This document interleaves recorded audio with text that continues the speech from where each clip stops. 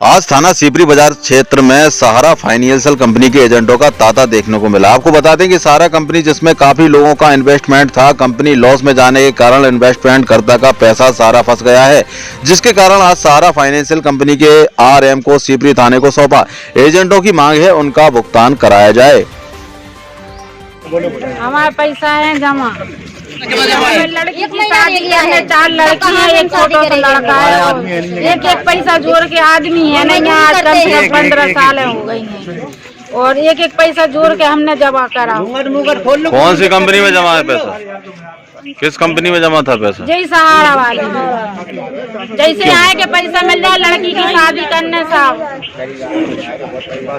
Credit cooperative, Aryan universal credit cooperative society और हमारा India credit cooperative society के भुगतान के संबंध में आए हैं। मतलब इसको आपने तो डिफाइन कर दिया अलग अलग, मूल रूप से वो सहारा इंडिया ये कहा सहारा जाए, ग्रुप की भाई उसी के ये जमा करता है। हाँ कैक्टस हैं सब अलग अलग।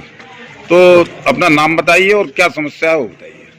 मैं राजेश कुमार मलिक, मैं सहारा इंडिया पर इस ग्रुप की कंपनियों में जो निवेश किया है हम लोगों ने, उसके भुगतान के संबंध में पिछले 3 सालों से परेशान है। कंपनी लगातार आश्वासन पे आश्वासन दे रही है, भुगतान नहीं कर रही है हम लोगों का। इस संबंध में हम लोग आज थाने में आए हैं और कंपनी के अधिकारियों के खिलाफ मुकदमे की मांग कर रहे हैं। धन्यवाद। आप अपना नाम बताएं भाई साहब। क्या आप क्या कहना चाहते हैं इस संबंध में?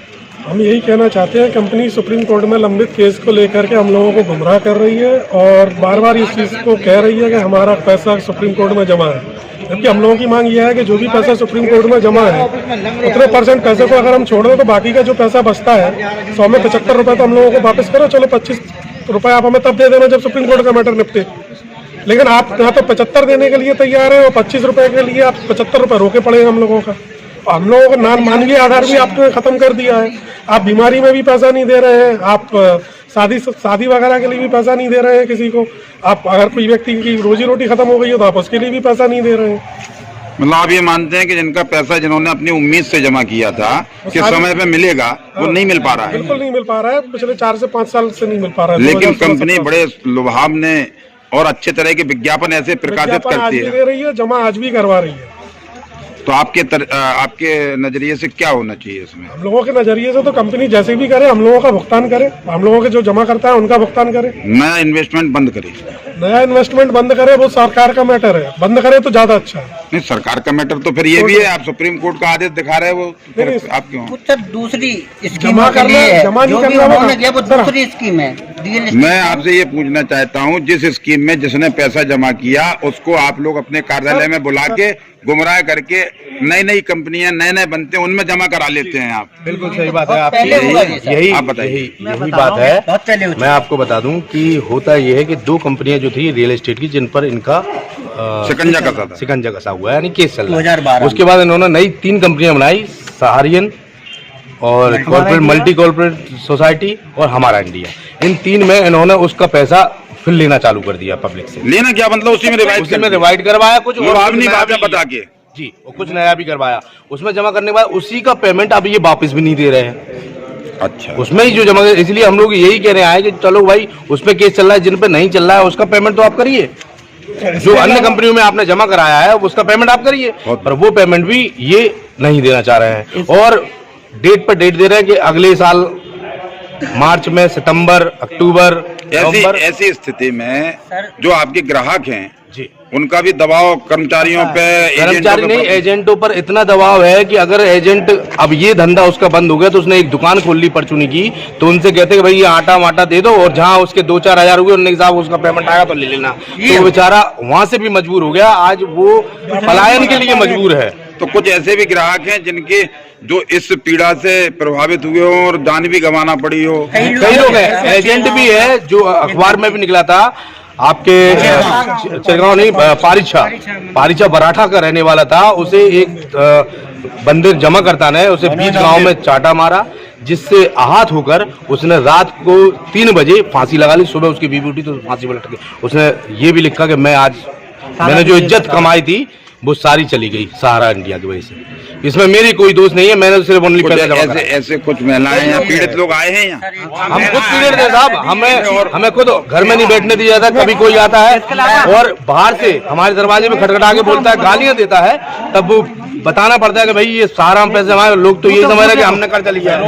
एक स्कीम है सर हमारे, वो कम से कम 1 साल से किसी भी कार्यकर्ता के द्वारा जो जमा कराया गया है उनका एक भी MIS नहीं दिया गया है। MIS सर उन लोगों का है जो बेचारों ने 7 साल मेहनत करके अपने रिटायरमेंट की गाड़ी कमाई उसमें लगा दी गई है।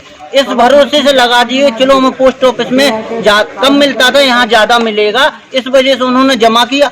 वो 1 साल से बेचारे दर दर की ठोकर खा रहे हैं। MIS भी उनकी नहीं दी जा रही है। MIS क्या है ये? MIS होती है सर एक ऐसी स्कीम है जो मोटा आपने 1 लाख जमा कर दिया तो 1 लाख का आपको 800 साढ़े 800 रुपए पर मंथ दिया जाएगा। सहारा इंडिया में उसका ब्याज ज्यादा था जी, उसमें 1 लाख का 1,000 रुपए पर मंथ दिया जा रहा था, मगर उन्होंने 1 साल से सर 1 रुपए नहीं दिया जा रहा है। और जमा करता हम लोगों पे इतना प्रेशर डालता है। एजेंट है आप? जी एजेंट है। मेरा नाम दशरथ सिंह है सर। मेरे एक कार्यकर्ता को 20 लाख रुपए, मैं मुरारी नगर में रहता हूँ और सीपरी ब्रांच में मैं काम करता हूँ।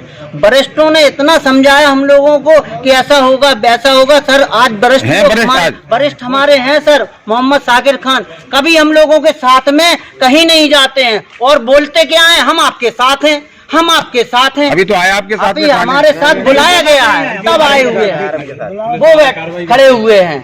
साकिर साहब भी आइए, आप भी। ये लोग इतने पीड़ित है आज जितना भी समूह जितने भी कार्यकर्ता हैं, अधिकतर सारे हमारे ब्रांच के कार्यकर्ता हैं और ये बात सही है कि पीड़ित हैं। लेकिन हमारे द्वारा लगातार जमाकर्ताओं को, जो हमारे कार्यकर्ता परेशान रहते, लगातार जमाकर्ताओं को समझाया जा रहा है। जैसे कि आपको अभी हमारे सभी लोगों ने, वरिष्ठ लोगों ने आपको बताया, पूरे झांसी का कम से कम जितनी आबादी है उसका 25 से 30% जनता का पैसा जमा है। और ये बात सही है बिल्कुल कि हमारा एक एक कार्यकर्ता परेशान है और CM से लेकर PM तक सभी ने PMO पोर्टल पे तमाम प्रकार की शिकायतें, सब कुछ करने के बाद भी जो है, जो सरकार की कई सारी एजेंसियां हैं, वित्त मंत्रालय तक है, कोई भी संस्था है, सभी को सब मालूम कि भुगतान नहीं हो रहा। पूरे भारतवर्ष में एक मुहिम जो कार्यकर्ता के द्वारा चलाई जा रही है, इसमें जितने भी मंत्री वगैरह झांसी के अंदर आए हैं, तमाम मंत्री, हमारे कार्यकर्ताओं ने सबको ज्ञापन दिया, हर जगह सब कुछ दिया, लेकिन उसके बाद भी कहीं कोई सुनवाई नहीं हो रही। और सहारा के पेमेंट को लेके हमारा जमाकर्ता बहुत ज़्यादा परेशान है, उससे ज़्यादा कार्यकर्ता परेशान है। कार्यकर्ता के घर पे लगातार जमाकर्ता पहुंचता है। अगर व्यक्ति अपनी बात करे तो लगभग 150 करोड़ की पेंडेंसी है, लगभग ये पेंडेंसी अपनी बता रहे हैं, पर्सनल जो हमारा जमा करता है। और हमारे कार्यकर्ताओं की कम से कम पूरे झांसी की कम से कम 1.5 से 1,500 करोड़ की होगी देनदारियाँ, बहुत ज़्यादा देनदारियाँ। इसमें एक ही प्रशासन से मांग करेंगे कि हमारे जो है कार्यकर्ताओं को सुरक्षा दी जाए। कुछ जमाकर्ता ऐसे भी हैं कि हमारे कार्यकर्ताओं को बहुत ज़्यादा परेशान कर रहे हैं, बहुत ज़्यादा पीड़ित हैं और हम गुहार लगाएंगे कि शासन के द्वारा कुछ ना कुछ पे हो और कोई ना कोई कार्रवाई। कहाँ है इस समय? वो तो लखनऊ में है और हमारे हिसाब से कम पहले ऐसा मामला है कि संविधान लिखने के बाद पहला व्यक्ति ऐसा है सुपुत्र सहारा कि कम से कम 62 से 65 महीने से पेरोल पे है लगातार। और हमें जहाँ तक याद है कि इतनी बड़ी पेरोल कभी किसी को नहीं दी गई। अब भी समझ में नहीं आता है। अमिताभ बच्चन का भी तो बड़े सेलिब्रिटीज का भी तो पैसा इसमें लगा हुआ है। इतनी बड़ी पेरोल सरकार के द्वारा कैसे दी गई और सरकार के द्वारा कार्रवाई क्यों नहीं हो रही? क्योंकि हमें जहाँ तक याद है कि अधिकतम पेरोल 10 महीने की हुई थी संजय दत्त की, और वो भी कटवा के उसको 3 महीने के अंदर जेल में जाना पड़ा था। लेकिन सहारा श्री के आज भी 65-66 महीने से पेरोल पे है और आज भी पेरोल पे है। वो तो सर एडवर्टाइज के लिए अमिताभ बच्चन जी को लाया गया, आपसे सीनियर कौन है? जी को लाया गया।